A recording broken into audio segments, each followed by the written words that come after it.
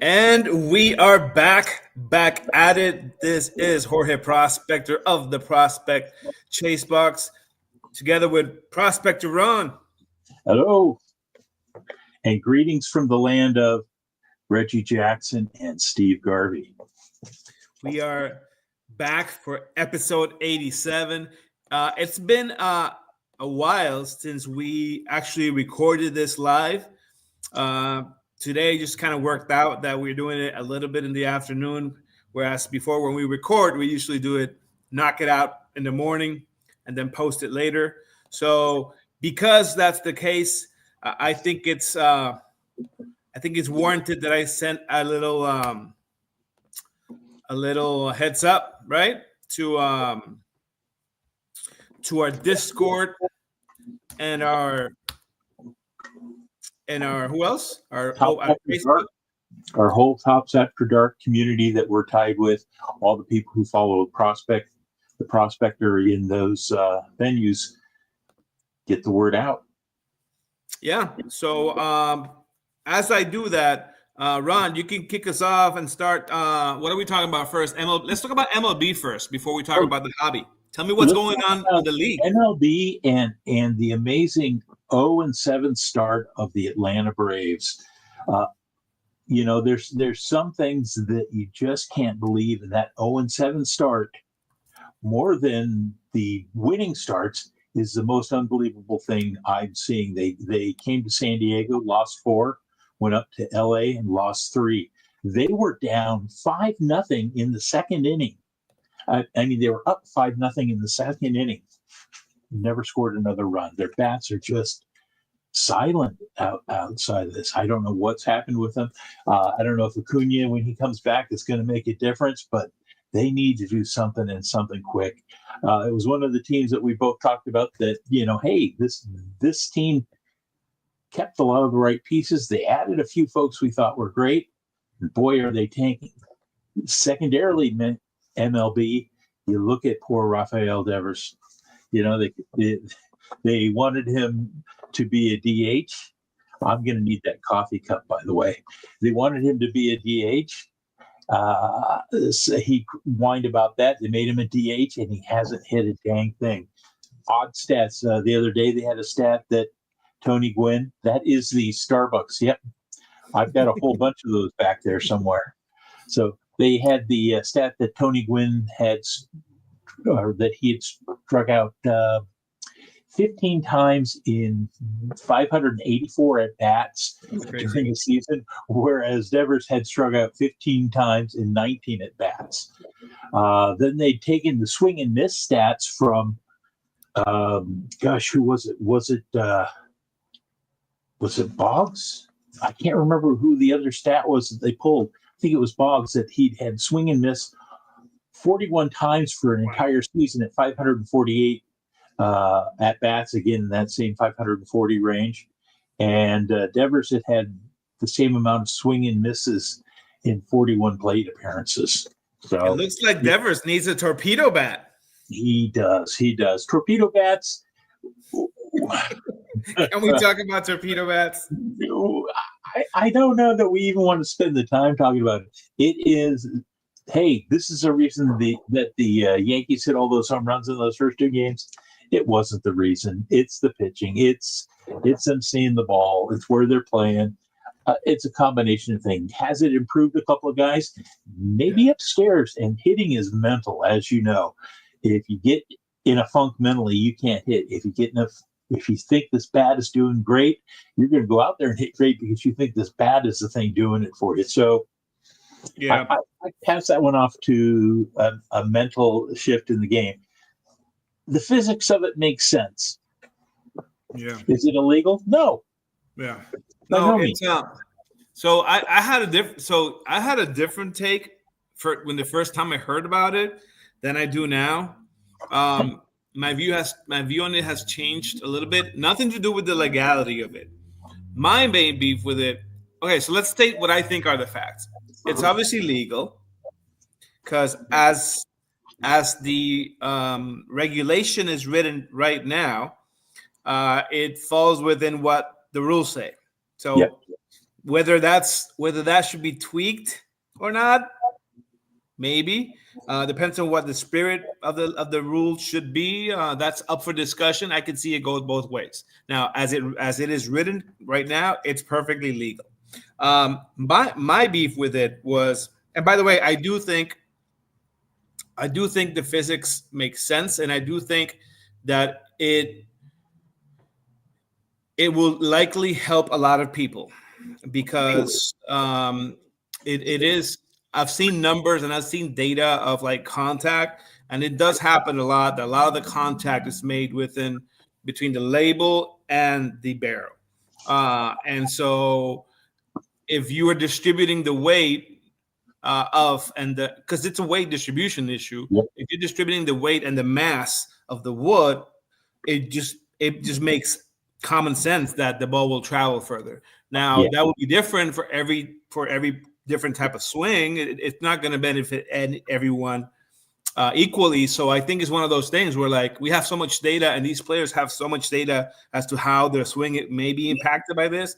I think if your swing is positively impacted by this, go ahead and use it.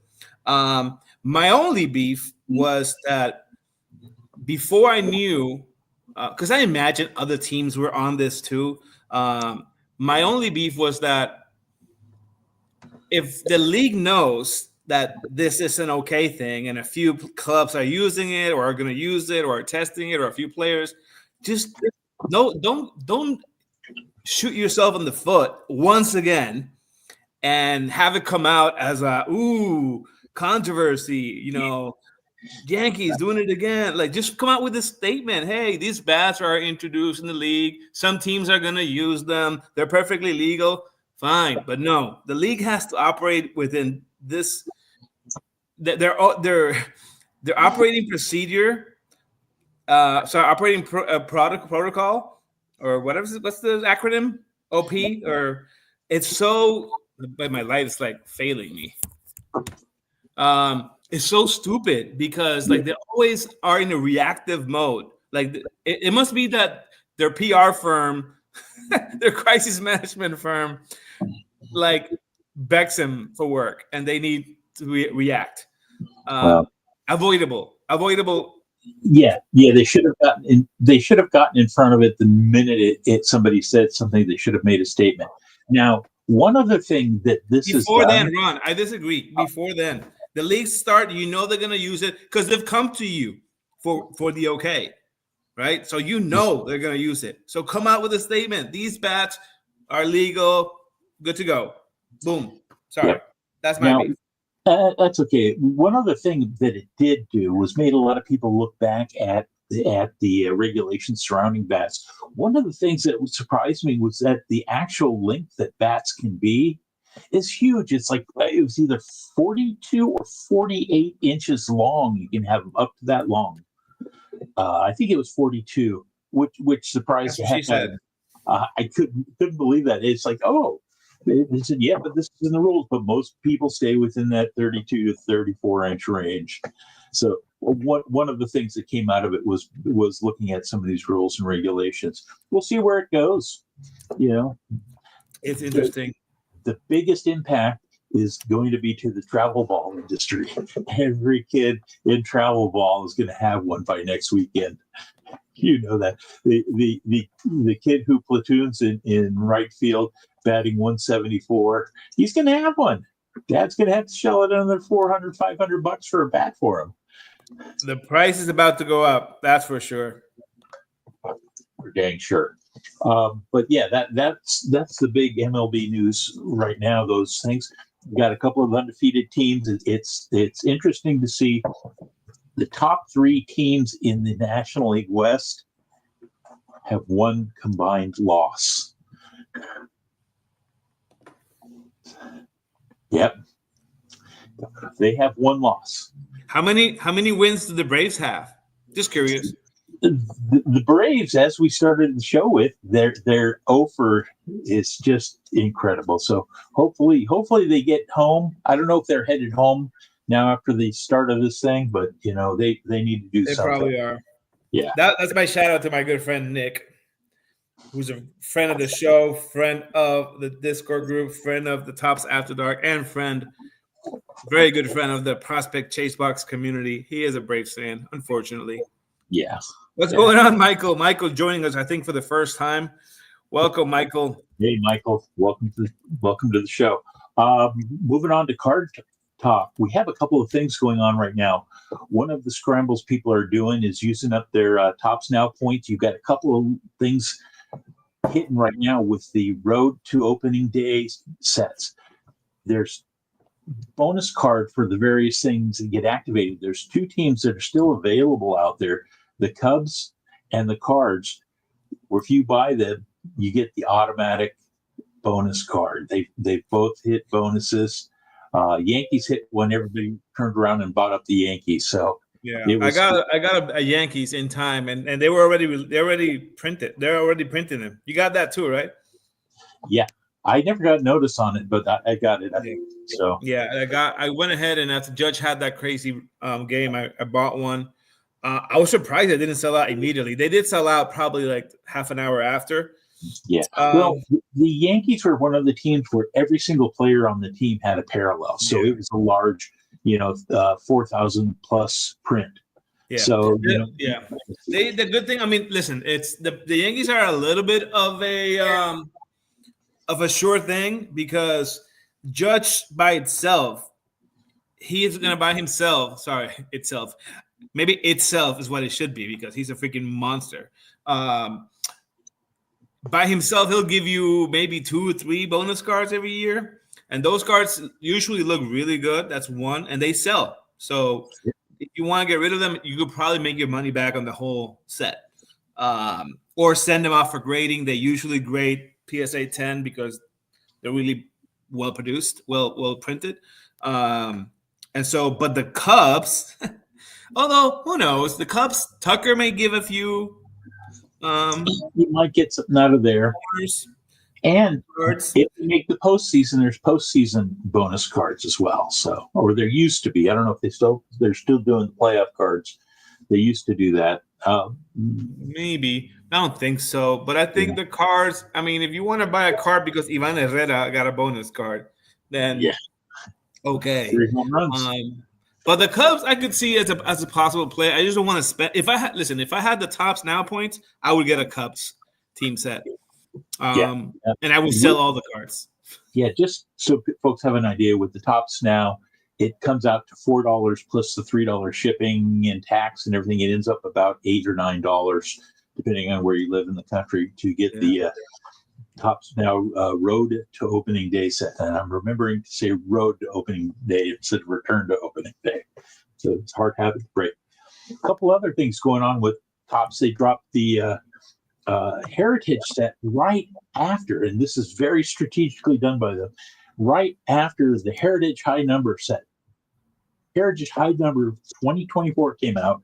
And by strategic, you mean deceptive. Yeah. Misleading. High Number came out a couple of weeks ago with a really, really great product. Had a lot of rookies in it, had a lot of things people were looking for. Came out, sold out almost instantly. In fact, you couldn't touch the Prospector and I both got a few boxes for our folks, but that's it. Sold out immediately, and they turned around and released a 2025 product right behind it. Now I got this on my board here, so I remember it. Okie doke. One of the things that they did when they released it, it doesn't have the player set. It doesn't have the appeal of the Heritage High Number. Doesn't have the rookies in it.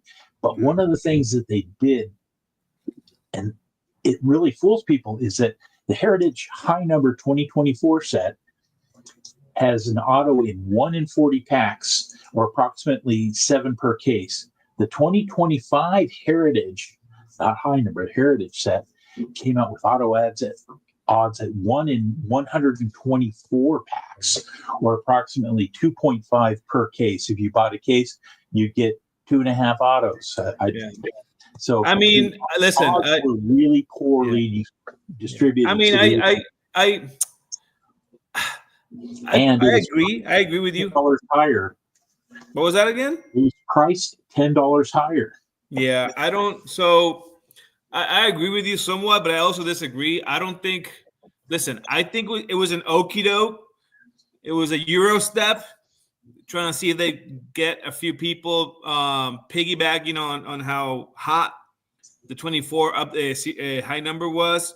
But I do think that for the majority of people that are followers, customers, set builders of the Heritage set, which is a very unique, very community driven product, I think they didn't fool anyone because those are the typical odds for that release. Obviously, it's a larger checklist, so the odds to land something are going to be, higher, more difficult because it's 500 versus 220 checklist. Also, it gets printed a shitload more. Pardon my French. And so, like, they surprised, but I do agree with you that they were trying to be strategic, if not sneaky, because they knew that they had a fire product in the 24 high number with the ridiculously strong rookie class, and then the ability, because they don't print it that much. They do print significant amounts, but not crazy numbers. Because of that, the odds are going to be better. Then the checklist for the auto checklist is really solid. So that's why people were trying to get as many cases or hobby boxes as possible, because in hobby boxes, there was a blue ink coming in one in every other box. Yes. And a red ink in one in every 3 or 3.5 boxes. Whereas usually you buy those hobby boxes and it's most of the time you're going to get a relic. And so this time around, either they printed a bit less or they increased the auto checklist. I'm inclined to believe that they increased the auto checklist. But for example, we opened one live for our group. We did a little bit of a pack ras for the group, and we hit a blue ink, a Justin Foskey blue ink. So they do come fairly often. It's a cool product, but then obviously I think they're trying to like get people, hit people with some FOMO, and fool them. But I think most people are not fooled by this product. Yeah. One other thing that they did this last week, and before we move on again, I'm going to just do this again because I really love this card. Reggie Jackson and Steve Garvey takes me back to those World Series in the late 70s, early 80s. My friend was there when Reggie hit the 3 home runs in that one game. Still has his ticket stub up on his wall to this day. Really? One of the other things that Topps get, going back to the Topps, so they put out a product called Celebration, which was equivalent to the opening day product of years past. We talked about the product in our last show. We discussed the fact that, hey, it's a beginner product. It's something for, buy for the kids type of thing. Let them open and rip as mascots, etc. What they did is they put them on their site, sold out on their site, kind of created this demand. And then they dumped a bunch on Amazon. So it looks like Topps is using Amazon as a secondary reseller for them. I don't know the logic behind it, but it was surprising to see the Celebration packs popping up there, sold by Topps. The logic behind it is it's easy to me, Ron. It's twofold. One, Amazon gets mass numbers, way more than Topps. So it's their way of getting the random customer who just walks into a Topps box. They're probably putting serious ad money into it too. And second of all, in terms of purposes, it's a good low-end product with which to experiment and with which to throw different ad campaigns, try different retailers, different arms to see what works, what doesn't work. That's why each box of that. Remember, you and I know someone that's showed us a little bit about margins in this industry, and I don't recall them perfectly right now, but I would venture to say that each blaster box or each mega box costs Topps like 25 cents to make, if not less. So And the other thing, by putting it on a platform like Amazon, when you tell Grandpa you want a box of this for Christmas or for your birthday, Grandpas can go to Amazon. Grandpas don't go to Tops. I remember a few years ago, my mom wanted to buy me something special. I said, I really want this artist proof print, Mom. Hey, here it is. So we had to create her an account so she could order. Funny. Your mom getting Tops now points too. Yeah.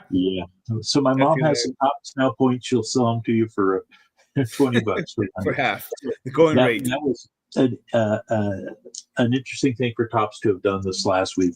Yeah. Again, do more of it. I don't know what's coming from Tops. Yeah, they aren't talking about a lot at the moment. They've got one of their high-end products that's in the pipe, but everything has been about, the diversification of the sport. You've got a lot of football coming out. Yeah. You've got a lot of other things coming out at this point. You don't have a ton of baseball product lined up at this moment. What's coming down the pipe from them? Yeah, we're gonna let you sit with Heritage for a while. I got a couple. If you're looking at the Jorge Prospector of the Prospect Chase box for hobby advice, my IG does say sealed box connoisseur or something like that. Something stupid I came up with. I'll tell you this: if you want product, I would avoid anything flagship, anything 2025. Flagship product Series 1, I would avoid 2025 Heritage, which is also it's kind of flagship because it's somewhat, it goes back a long time and it is mass produced. So I kind of qualified it a little bit as flagship, although it's not. Don't buy that. Anything that's mid premium, like that Topps Chrome Black, even though Ron and I are big fans of Chrome Black, it's overpriced. You can find that later if you really want it at less prices. There's no rush to buy that product at that price. And the checklist is not good. They put in Mookie and Barry Bonds autos in there to kind of like motivate you, fool you into buying, thinking that you may hit those. I got something for you. The checklist is ginormous. The auto checklist has everyone and their mother in it. Your chances of getting Jose Soriano reliever for the Angels or whoever he plays with for, is very high. So I wouldn't necessarily get that product. I would focus your energies on getting this. If you can catch it on restock in Target, or find it in the wild at the store. They probably will start emerging at stores, Walmarts. It should be. Wally's and Targets. They should be having. Scoop these up because these are nice. These Topps 24 Heritage high number blasters are nice. They have probably 2 to 3 chromes. Some of them numbered per box. A few aquas or a few variations, whatever some exclusives to the hobby, to that blaster box. If you weren't able to secure hobby boxes, or can only now buy them at, I think I saw some online at $190.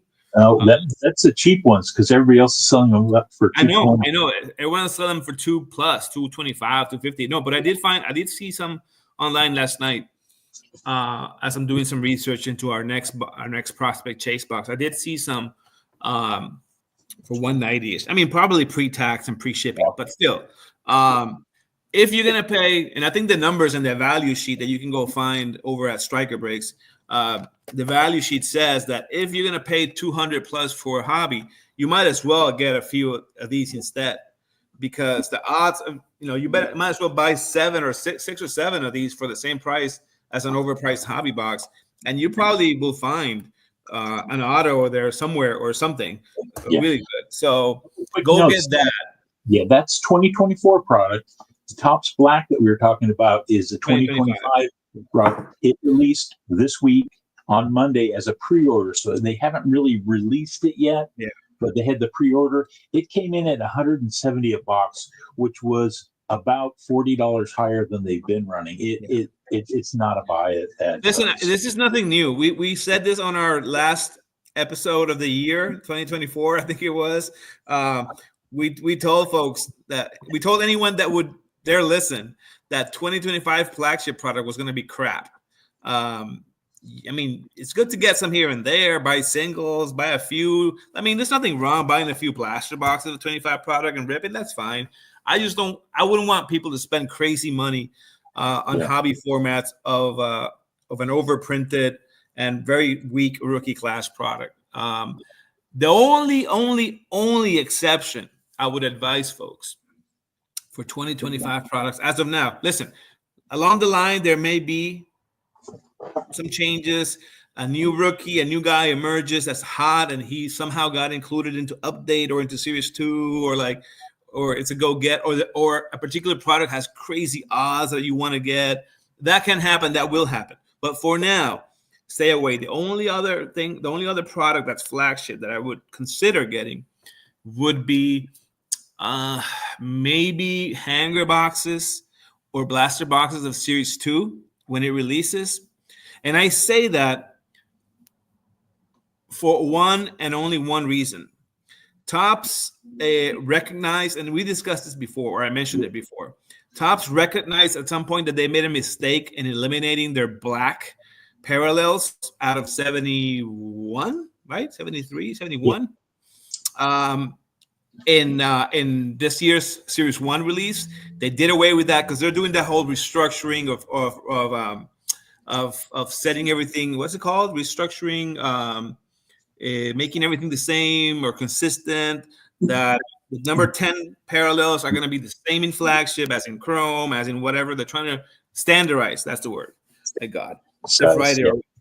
Trying to standardize everything. So in that, it somehow deleted black, and a huge uproar was created because there's a significant hobby community that chases and collects black parallels, makes runs of players, makes runs of teams, like you name it. And they accept it. I mean, kudos to them. They accepted that they made a mistake. And what they did to correct the issue is that they're going to put all the blacks from Series 1 and Series 2, they're going to put them in Series 2. So there's a good chance that you can hit a black from a number that belongs in Series 1, but they're inserting those into Series 2. And the way that those formats work and the typical allocation, usually hanger boxes pack a good punch.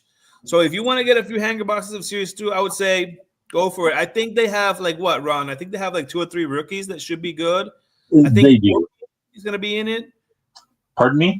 I think Roki didn't make the cut for Series 1, right? Series 1 cut, no. So I think Roki's in it. I think Cam Smith will be on it. Maybe there's 1 or 2 more that I'm forgetting. So the product will have some folks. Usually Series 2 is the worst for rookies. It's kind of a dead product in between. Dead product. I mean, they usually like to put 1 or 2 that can air quotes carry a product, although it doesn't really carry them because it's usually not that great. Yeah. Update is way better most of the time. But if you want to speculate, that's just my advice. Anyway. Yeah, there's a couple of folks in there, a couple of the call-ups from last year, the Dylan Cruzes of the world, et cetera, that are call-ups from last year that are playing this year. James Wood is another example. Those are the 2 guys who people are talking about now. Not much other chatter going on. Although the season's young, we'll hear more. Oh, and one more thing, by the way, I just want to put that up there again. I really like this card. Sorry, I'm going to keep putting that up there. These are the kind of things that prospector Ron gets over here. But as we're looking at the rest of the week here, Topps dropped basketball product on us today for the Bowman Chrome U. It's still on license. The You get UFC tomorrow, and you get Inception, which is unlicensed football. We don't do football in this program, but those are products that we talked about this early in the week with the stuff dropped this week. It was MLS, it was the Heritage, it was the Chrome Black. We talked about this being a football week because all the products they dropped were a definite pass for us. So save your money. Pass. Buy Prospect Chase Box. That's what they need to be looking at. We're working on the next one. Yeah. So when it comes, again, I want to give a shout out to all of our Prospect Chase Box community members. Volume 35 was a total hit. I only really have one. This box. This is the last box left. Send me a message if you want to get in on it. If no one buys it, I'm just gonna put it up for Raz on the site. But it was a total hit. We are working hard already for you on building the next volume. So stay tuned for that. Doing a bunch of different events on the Topps After Dark this year. I'm getting creative with some Shohei cards, mixing in with some of this stuff. So stay tuned for that. Man, let's talk about Shohei. What a freaking beast. Is he human? Talk about having a moment in your bobblehead day celebrating you as a Silver Slugger. Well, you know what? That was a clever thing that the Dodgers did. They did earlier. They did last year with the one with he and Decoy on the bobblehead day, where they included a gold one every 1,000 or so. I don't remember the numbers. So those became hugely sought after. The parallel, right? The parallel. This year they took the one and created 1,000 of them with a silver bat. So you've got 1,000 people out there with this Silver Slugger parallel of the card. He gets out there on his Silver Slugger day and walk-off home run. After coming back, this is the Dodger team that came back from a 5-0 deficit and worked their way back to a 5-5 tie. I don't know how people listen. I dig it. I love it because he's on my fantasy team, and I paid a pretty penny for him. But why on earth are they pitching to him with the game on the line? Dude, if he's not getting Barry Bonds treatment by now, where like people used to like walk in a run, not to pitch to Barry Bonds. I think Shohei may be approaching Barry Bonds. If he's not past it, I don't get why he is. What is it? Bottom of the ninth, right? First, he's leading off the inning, and you're pitching to him. I'm sorry, but I'm walking him. I'm not letting him beat me. I'm not. Yeah. Edmund struck out or popped out right before him. Shohei comes up, second batter, 1 out. Bottom of the ninth. It's crazy. Out goes. So it was wild. The fluidity of that swing. It's not even like he's not even swinging that hard. It's incredible. That's a man right there. He's strong as hell and such a great bat path to the ball. It's wow. We're watching history. Like this dude may, like, if he can somehow stay healthy, this dude may be the best baseball player ever. Well, let's let him get to that stage before we crown him. So I know, but man, the dominance. That I've got this little Yankee voice from my best buddy over here going. I know. Well, so listen, Babe didn't do it for that long. He was dominant. How many years did he play? He played a lot. He played a lot of years. 15, 12? Yeah, I don't know the exact number. I think it was in 15 territory. But, we'll see. Let's let Shohei have a couple more years before we crown him. Crazy. What else do we have, Ron, for this show? Well, we know the prospector has to tie up and get back to his real job here shortly. But one of the things that's happened in the MLB is a couple of second-year guys getting contract extensions. You had Jackson Merrill here in San Diego and Ketel Marte in. Look at your hat. Point at your hat a little bit. So, hey, he got extended. He got. I enjoyed my cards, but Marte, both of them got good size contracts. They weren't over the top contracts. within the team's budgets. There is some speculation on my part onto why Jackson Merrill signed his contract. A lot of people said, "Hey, he signed that for so little. If he would have waited, he could have gotten more." Now, I'll ask my lawyer friend who does not do family law here, but let's say Jackson Merrill signs this contract now with all this bonus and upfront money. He has it all tied up. Then he gets married. Or if he waited, got married, and then signed the contract, it's a 50-50 split of it. Could it have been a timing thing in that? He's in love. The guy has a girlfriend. He's in love, wants to get married. Better sign the contract before you get married and lock up that money. That's just my oddball take. Is he engaged or not yet? I don't know if he's engaged or not, but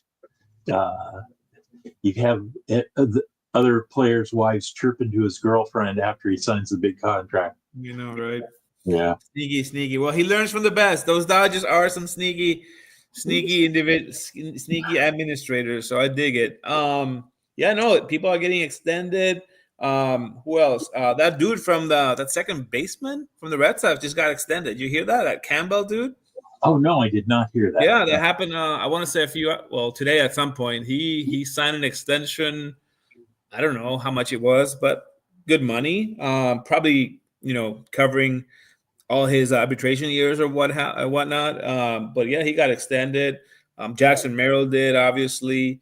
The Jackson Merrill contract is not bad. When I first saw it, I was like 140. Like, dude, but then I saw there's some escalators in there, and there are some incentives that could bump it to 205 or something. Yeah. Right there. That's good. That's not bad money. That's good money. You'll be a free agent at 30. We forget how young he is. Well, he turned 21 during the year last year. It's like he and Jackson Holiday both turned 20. Well, he turned 21 during the year, and I think Jackson Holiday didn't turn 21 till after the season because they had the special setup for him with the non-alcoholic champagne when the Orioles won their spot. We've got today's somewhat of a not slow. We got a couple of games. I think we got 5 games. The Phillies beat up on the Rockies. Schwarber is off to a crazy start. I think he's got like 4 or 5 homers. The Red Sox beat up on the Orioles 8-4. Tristan Casas went deep. Who else? Kristen Campbell, the guy who just signed, he went yard. He hit a 3-run homer. Mullins went yard. Let's see what else. Recapping what's going on. The Astros are beating up on my guy Joe Ryan, who I started, and I thought it would be a nice play against the Astros at home, but he's getting clobbered. I mean, 4 runs. I did see a few of them. He's not on his game. Let's see. Brendan Rodgers doing well. Pena went yard. Christian Walker led off an inning, went yard. Only 2 more games. The D-backs against the Yankees. That will be a good series. It starts today at 7 Eastern time. And then the Reds play the Brewers. That would be a good game too. Interesting. Ron and I both agreed that those were probably although he likes the Cubs more, but at least the Reds and Brewers are my favorites to win that division. I think that game game's going to be fun. I'm double checking my notes here. Yep, Brewers, then the Cubs. Okay. Brewers and Reds, that should be all year long. That should be a good series. You got some fun players to watch on both teams. Ellie off to a crazy hot start, which is good to see. And then the Yankees, we'll see how they end up playing how they end up matching with the D-backs. This will be a good test for the D-backs. See how they you may be fooled to think I'm a D-backs fan. I'm not. I just switch hats every so often. But it's a good test for them to go east and try to win a series against the Yankees. We'll see how that goes. They got to keep up. The Padres and the Dodgers are going to win every game. Well, if they both win out. Well, we did say that at least I thought that 3 teams were coming out of the 3 teams from the West would be making the postseason from the NL West. So that stands to figure. Anyways, hitting the 40-minute mark, I think this is a good spot to absolutely. We'll let catch our up on folks go. stadiums next time. Talking about your hat, we'll catch up on some stadium stories in our next show. Yes, What's sir. going on in different places and how we can go visit, and who wants to house us as we travel the country. Right. We'll talk about that in the next episode. Well, folks, that's all we have for you guys today. Keeping it short. Thanks for watching. This is Jorge the Prospect Chase Box. Thank you, Prospector Ron.